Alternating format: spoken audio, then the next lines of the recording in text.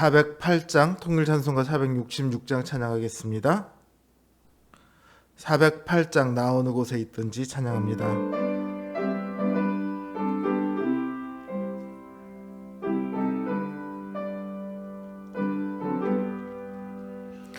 나 어느 곳에 있든지 늘 마음이 편하다. 주 예수 주신 평안함 늘 충만하도다. 나의 맘속이 늘 평안해. 나의 맘속이 늘 평안해. 악한 죄 파도가 많으나 맘이 늘 평안해.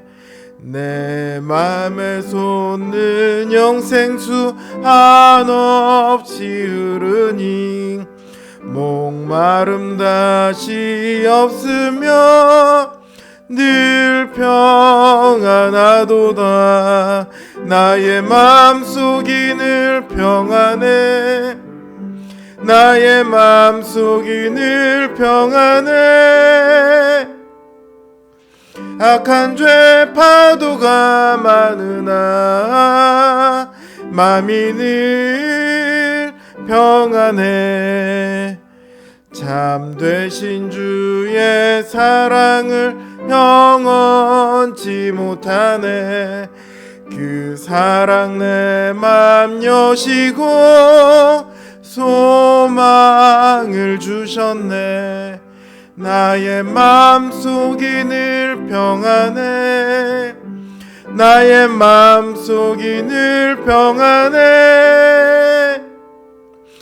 악한 죄 파도가 많으나 맘이 늘 평안해. 주 예수 온갖 고난을 왜 몸소 당했나. 주 함께 고난 받으면 면류관 없겠네. 나의 맘속이 늘 평안해. 나의 맘속이 늘 평안해. 악한 죄 파도가 많으나 맘이 늘 평안해. 419장 통일찬송가 478장 찬양합니다.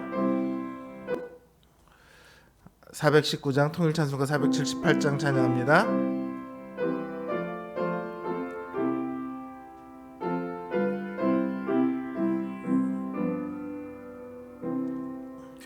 주 날개 밑 내가 편안히 쉬네. 밤깊고 기바라 불어쳐도 아버지께서 날 지켜주시니 거기서 편안히 쉬리로다. 주 날개 밑 평안하다. 그 사랑 끊을 자니뇨.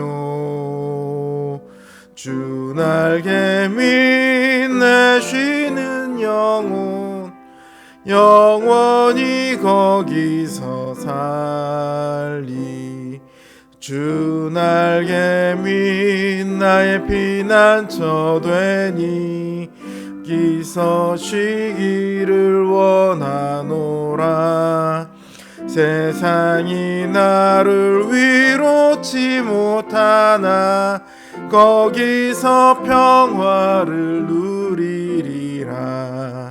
주 날개 밑 평안하다.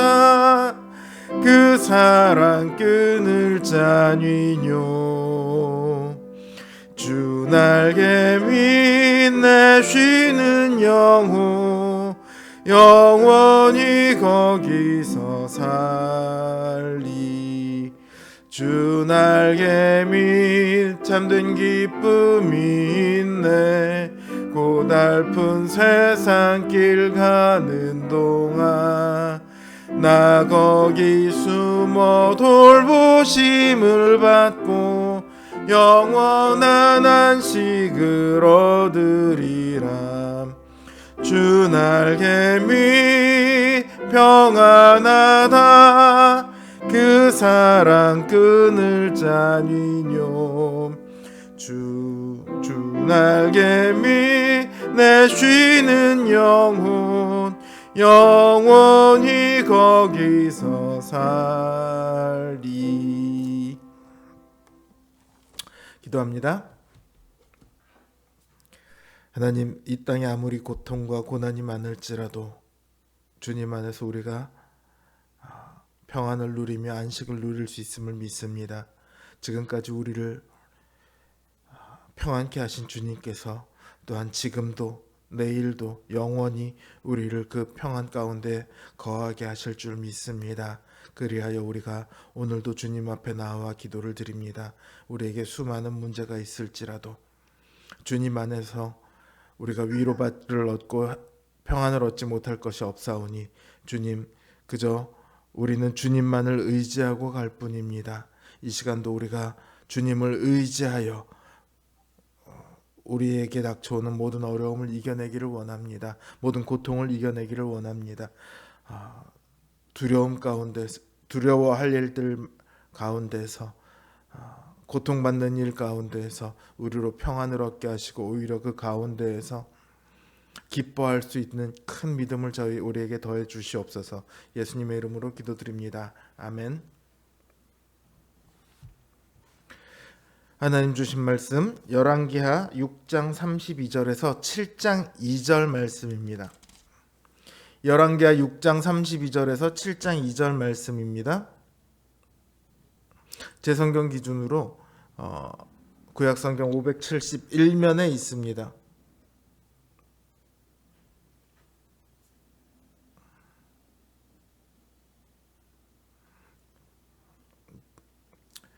열왕기하 6장 32절에서 7장 2절 말씀 제가 받들어 읽겠습니다.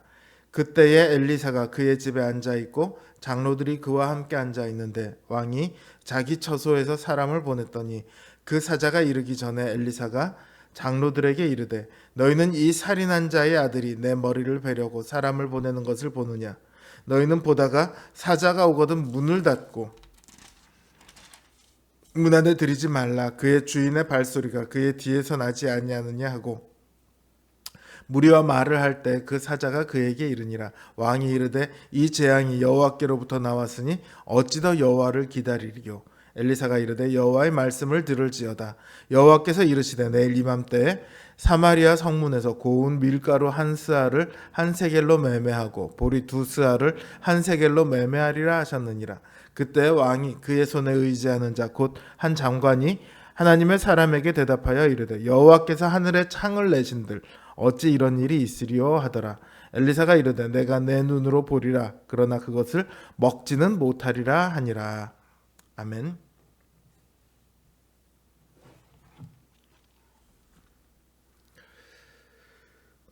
어제 이어 오늘도 신자들에게 닥쳐오는 고통에 대해서 말씀을 드리고자 합니다. 어제는 징계에 대해서 말씀을 드렸었죠. 오늘은 고난에 대해서 말씀을 드립니다.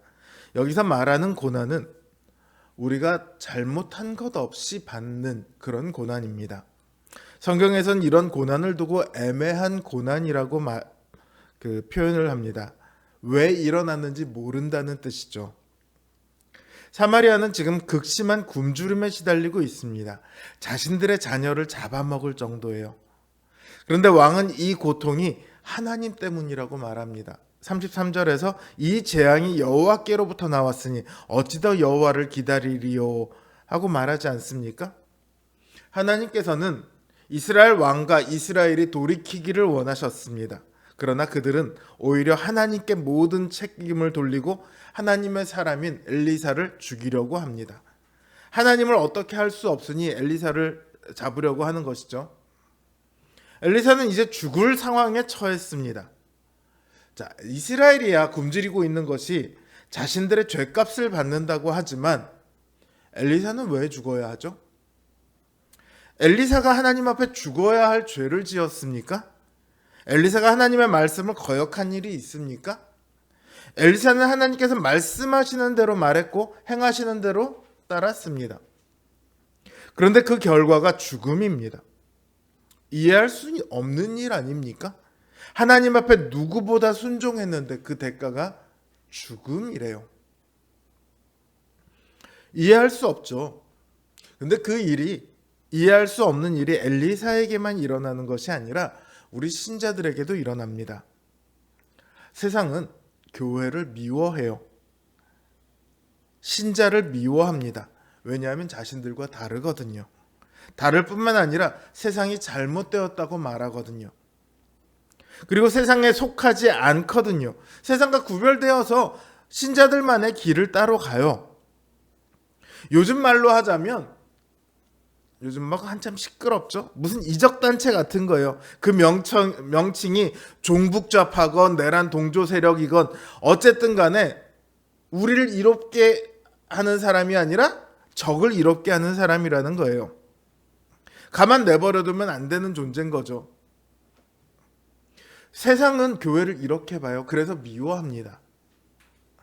그래서 세상은 신자를 향해 당근과 채찍을 사용해요. 당근을 내밀어서 유혹하고 자신들과 같은 길을 가자고 합니다. 또 다른 한편으로는 채찍을 사용해서 핍박하며 자신들을 따르라고 합니다. 이게 이 땅에서 신자들이 받는 고난의 이유예요. 신자의 삶 가운데 고난이 없을 수 없습니다. 유혹과 핍박은요, 신자의 삶 가운데 늘 붙어 다녀요. 우리가 하나님 나라에 가는 그날까지 이건 모양만 다르고 정도만 다를 뿐이지 늘 우리의 삶을 호시탐탐 노립니다. 우리나라만 해도 70년대까지는 핍박이 굉장히 많았어요. 교회를 나가려면 욕도 많이 먹고 미움도 받고 때로는 맞기도 했습니다. 지금은 핍박보다는 유혹이 많아졌죠. 경제가 발전하면 발전할수록 유혹하는 것들이 훨씬 더 많아지는 것 같아요. 근데 이 유혹과 핍박은 대처법이 좀 달라요. 유혹은 내가 나를 증명해야 합니다. 나는 이 믿음을 포기하지 않겠노라 증명해야 해요. 물론 그 과정에서 하나님의 도움이 필요하죠. 하나님의 도움 없이 우리가 유혹을 이길 수 있나요? 그거 못해요. 한 번, 두 번은 어떻게 가능할지 모르겠지만 계속해서 한 번도 실수 없이 유혹을 이겨낸다는 것은 사실 불가능한 얘기예요. 그러나 어쨌든 우리 안에 있는 마음을 다스리면 됩니다. 하나님의 도우심을 통해서 우리만 잘하면 돼요. 그러면 유혹을 이겨내고 믿음을 증명할 수 있습니다. 그러나 핍박은 달라요. 핍박으로 오는 고난은요, 내 내부에서 오는 게 아니라 외부에서 오잖아요. 그러니까 내가 잘한다고 해서 되는 게 아니에요. 우리가 어떻게 한다고 해서 그 고난이 사라지지 않아요. 어떻게 이겨내고 믿음을 증명해야 할지 사실은 난감한 문제죠. 내가 내 안에 있는 문제는 내가 해서 어떻게 하면 되는데 핍박은 그렇게 되는 게 아니거든요. 이게 왜 이런 핍박이 왔는지도 모르겠고 어떻게 해야 할지도 모르는 그런 상황이 계속됩니다. 그러니까 힘이 들죠. 그러나 그 고난은요, 오히려 우리를 증명해 줍니다. 우리 스스로가 우리를 증명할 필요가 없이요, 고난 자체가 우리를 증명해 줘요. 징계는 우리의 잘못에 대해서 하나님께서 돌이키라고 주시는 사인이라면요, 이 애매한 고난은 우리가 뭔가를 잘못해서가 아니라 우리가 잘하고 있어서 오는 거예요. 그러니까 오히려 잘하고 있다는 사인이라고 할 수 있겠죠. 마치 엘리사를 잡으려 함으로써 엘리사가 하나님의 사람이라는 것이 증명된 것처럼 이유 없이 우리에게 닥쳐오는 고난은 우리가 이 세상이 아닌 하나님에 속해 있는 사람이라는 것을 증명해 줍니다. 우리 성도들의 삶 가운데 어떻게 늘 기쁘고 즐거운 일만 있겠습니까? 오늘 우리에게 만약 이유를 알 수 없는 고난이 있다면 그건 우리는 하나님의 사람이라는 말이에요. 하나님에 속해서 잘 살아가고 있다는 트로피나 다름이 없습니다. 그러니까 기쁠 때만 기뻐할 수 있는 게 아니라 이렇게 애매한 고난이 올 때도 우리가 기뻐할 수 있는 이유가 여기에 있어요. 비록 현실은 고통스럽지만 내 영혼이 너무 잘 살아가고 있구나. 하나님이, 세상이 그걸 인정하고 있구나. 그러니까 그 고통 속에서 오히려 평안을 얻을 수 있습니다. 잘하고 있는 이 길을 그냥 가면 되는구나. 세상은 이런 말을 하면 그게 뭐야 싶겠죠. 이건 세상이 알지 못하는 비밀입니다. 신자들에게만 허락된 크고 놀라운 비밀이에요. 세상은 알지 못하는 그 놀라운 비밀이 우리들에게 주어져 있습니다. 신자는 그래서 평안하나 고난이 오나 범사에 늘 감사하고 기뻐할 수 있는 사람이에요. 그렇게 평안 속에서도 고난 속에서도 늘 기뻐할 수 있는 우리 성도님들 되시길 주님의 이름으로 기원합니다. 주신 말씀과 각자의 기도 제목을 놓고 기도하는 시간을 갖겠습니다. 기도합니다.